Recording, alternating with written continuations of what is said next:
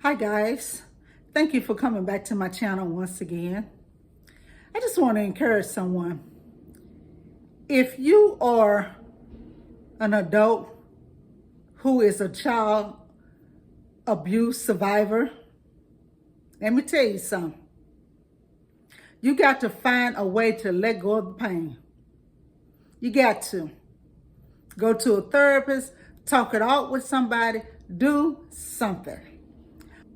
One of my release ways is to be helpful to others. I've had a busy morning because one of my neighbors had to go to quick care. She called me and asked me, could I help her get down to the door? And when she told me what was going on, I told her, let me go with you just in case. And sure enough, I did. And she did need my help because by the time we left coming back, she couldn't walk. They didn't want her walking. They had bandaged up her feet.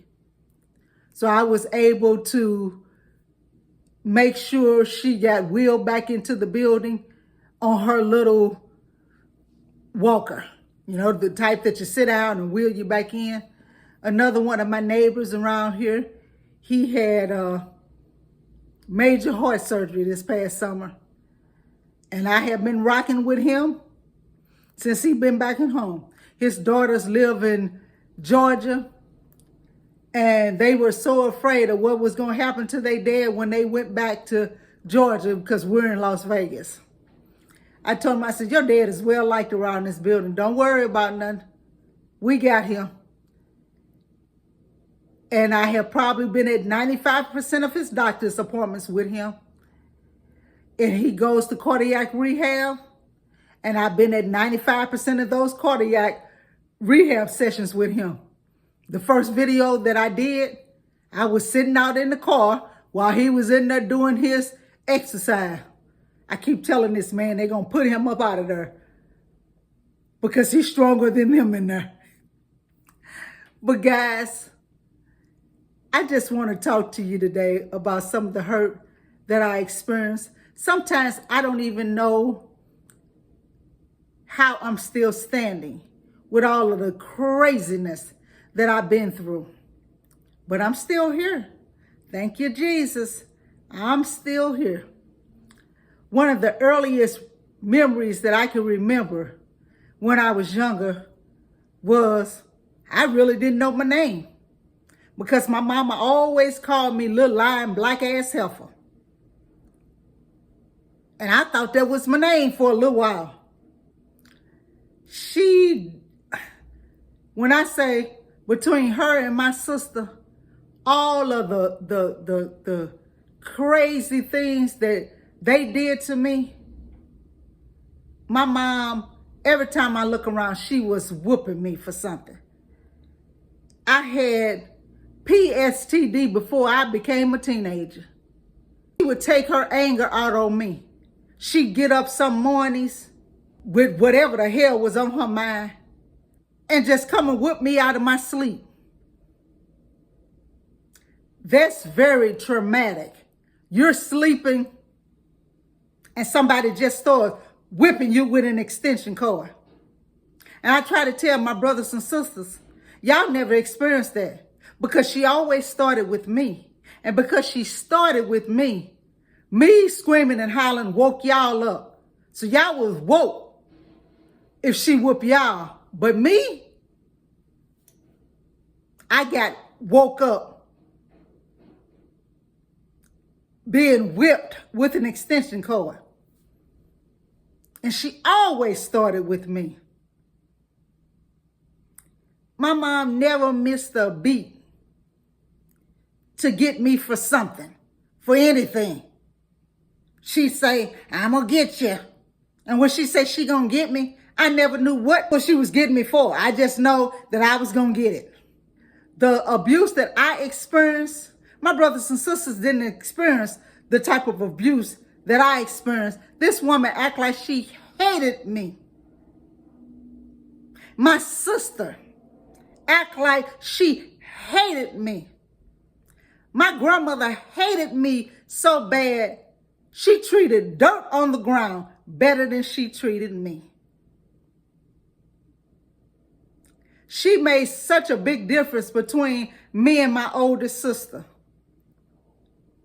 to the point that by the time I turned 12 years old, I begged and pleaded with my mom not to send me over to my grandmother's house on Christmas Day. And you would think a child whose grandmother tree was so big it touched the ceiling. It was so many gifts around the tree, and to the point the smaller gifts they would have to stick in the tree. You would think a child like that who grew up like that would love Christmas. I hated Christmas because my sister would get boots, pantsuits, clothes, anything that she wanted. And they would tell me, I'm going to buy you some panties. I'm going to buy you a pair of gloves. And that's what they did. And by the time I got 12 years old, I was tired of it. For years as an adult, I couldn't even really bring myself to have a good Christmas for my son because I hated it so much. Christmas used to be the most depressing time of the year for me. And I had to catch myself. And I had to start doing things around Christmas where I wouldn't be so depressed, where I didn't feel like I had to go check myself into the hospital. And I'm telling you, when you have so much hurt in your life, you have to figure out a way to relieve it, to overcome. And I've had a lot of stuff that I've had to overcome. There's a lot of stuff. My uncle was messing with me as a child, had me on my knees. Y'all know what that is. And my mom used to make us go over to my grandmother's house. Y'all going over there this weekend. Now, this was my other grandmother. My mom had 5 kids, 3 girls, 2 boys. Now, you would think that a mother who has 5 kids, but you got that one child, that every time you say that they go in a certain place, that child would cry. No, I want to go over there. I don't want to go. Don't send me. And she say, you going anyway. And then when she finally found out that he was messing with me, she claimed she didn't know. You a lie. A mother is not that stupid that she don't realize something's going on with her child when you got 5 kids, but it's that one that don't want to go. Now, she didn't care because it was me. If it had been one of my other sisters, she'd have cared. And when she found out that he had been messing with me, the day that she found out, it's because my grandmother got sick and they had put her in a nursing home. And my uncle had to come live with us. And his demonic butt, like maybe 17 years old, and I'm 14, decided he gonna take it a step further. He gonna force me in my room so he can have sex with me. How sick can you be as a man to want to have sex with your own niece? It's some sick people out here in the world. But I had so much anger in me for all of the years that he had me on my knees. I just couldn't let it happen. Because I think about it now. If that man had a sexually stuck that thing in me, I'm already messed up. I would be doubly messed up. But he forced me in my room, told me to take off my clothes, and I was adamant. I wasn't taking off my clothes. I was going to fight until one of us was dead. He slapped me so hard that I hit the floor. And when I hit the floor, I don't know how I did this at 14 years old. But back then, you had slants up under your bed because this was in 1974, 75. And somehow or another, I got one of them slants from up under my bed. And I don't even know how I started swinging at him. I had that much anger in me till I started swinging, and I stood up somehow, and I swung and I swung and I swung. I was trying to kill his ass. When I got through with him, he was laid out on the floor. I thought I had killed him because I was trying. And my mama walked in. My bedroom was right next to hers. And she heard me in my room crying. She opened the door. He laying in the floor and I'm in the corner crying. And she said, "What happened?" And I told her. She went and got some water and woke him up and told him to get out her house. Get out your house? I just told you that he tried to rape me.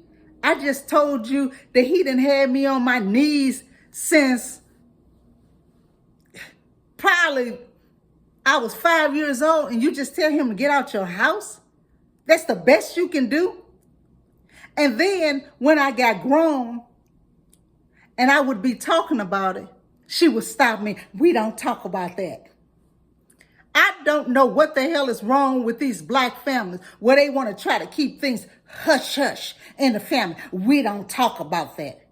She said that one too many times to me. And I told her, "No, you don't talk about it. But I'm going to talk about it as much as I want to because it happened to me, not to you." And she finally stopped telling me, "We don't talk about that." Because I'm telling you, although she has beat me unconscious sometimes, she's beat me with a 2x4. She's beat me because some man told her to beat me. She almost put my eye out when I was probably like 12 years old because of some man being in her house. It's snowing outside. He wanted a newspaper. And she sends me and my sister to the store to get a newspaper. We lived in the projects. We poor. I had to put tissue in my shoes because I got holes in the bottom of my shoe. I ain't never liked cold weather. And she sends us to the store because this lazy SOB don't want to get up and go to the store to get his own newspaper. And I'm holding the newspaper coming back. I'm holding the newspaper. I'm trying to hold my coat close because I ain't got nothing but about one button on there. I'm cold. My feet are freezing because the tissue is wet. And the newspaper, most of it blew away. We get back to the house. The sports section is gone. He tell her to make me go back out there and find it. The wind is blowing. How is a child supposed to find newspaper that has blown away? I go back trying to find it. I can't find it. I come back and he tells her to whoop me. And my mama whooped me with an extension cord. And in the process of her whipping me, the extension, one part of the extension cord got out of her hand and hit me in my eye. My mama let me suffer until I couldn't take the pain no more. Before she took me to the emergency room, I almost lost my eye. I almost lost my eye. And let me tell you, in her wickedness, when I had to have eye surgery for a cataract, and when they did the surgery, it was something that was stuck and they couldn't get it. They couldn't get everything out. And I had told her I had the cataract surgery. She was trying to cause me to be blind. Oh, yeah. Because after then, I started having so many problems with my eye. My mama has done everything witchcraft-wise to try to stop me from having a decent life, from trying to stop me from just enjoying life. Since I stopped dealing with her, I've had eye surgery again, and my eye is just fine. But when I told her about me having to have cataract surgery, and they couldn't, it was okay. It was a little blurry, but it was okay. But over time, it just went downhill. I almost couldn't hardly see out of my eye. It was her. Her and her witchcraft. Any little thing that I would tell her, then that would be the one thing that would start happening to me. It was like she would focus on that one thing.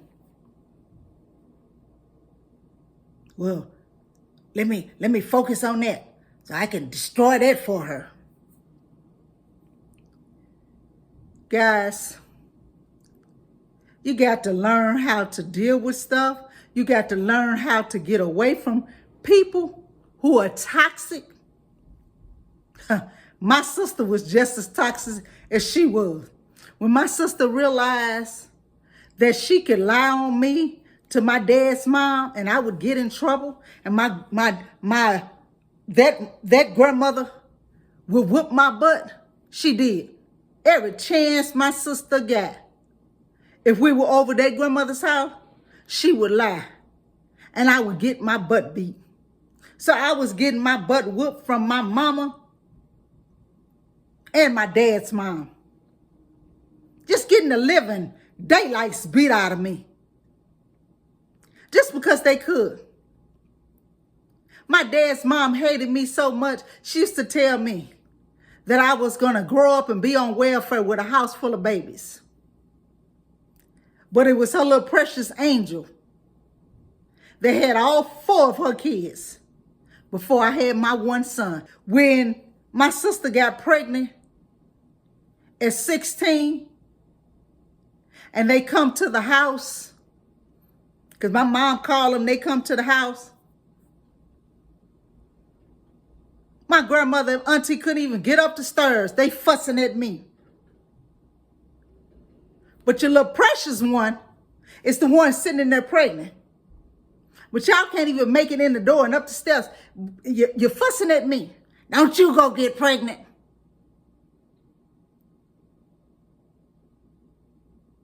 That's how people will do you. And I absolutely hate it sometimes that I let what my grandmother said affect me. But at the same time, I'm glad. Because I never wanted any kids because of all of the abuse that I experienced. And I thank God that I only had that one. Because that poor child, he got the abuse. He got it. I'm just going to be honest. But I will tell you this. The worst thing that a parent can do to a child or to an adult is to deny they ever got abused, deny certain things that happened to that child didn't happen, or tell them they don't remember. My mom has never apologized to me for all of the abuse she inflicted on me. Never. But she's in denial. She has told me that never happened. You weren't that age. I don't remember. Oh, her favorite thing is I don't remember. You remember. Because if she can remember other things that are not of any importance, she just refused to remember that. But let me tell you, as a parent, you can be in denial until you leave this earth of what you did to your child. But when you leave this earth, you ain't going to be in denial to your maker. You ain't going to be able to tell him that never happened or you don't remember. I am glad that me and my son has had the talk. I am glad that I wrote my son a 3-page letter apologizing to him and telling him how, because of all the stress and everything that I went through, that I was taking it out on him. I was 40 years old before I forgave my mom for all of her mess, because I realized forgiveness wasn't for her. It was for me. I was holding on to that baggage like it was my gift. I had to let it go.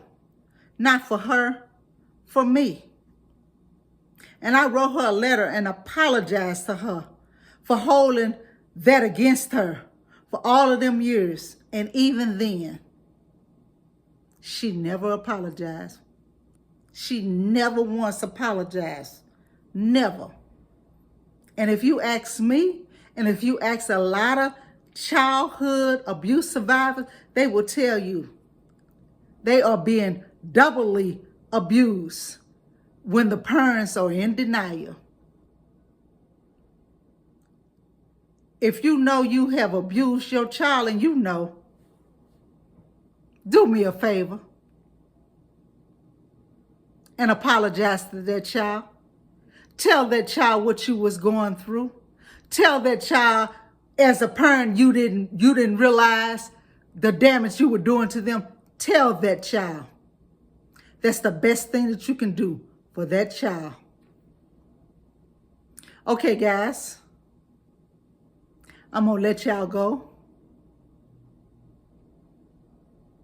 Thank you so much for listening to me once again. Get the heck away from toxic people. Kick them to the curb. You need to have peace in your life somehow. And if you're dealing with anybody who's toxic, I don't care who they are, you got to let them go. You got to let them go for your peace, for your sake. Let them go. Bye, guys. Be blessed.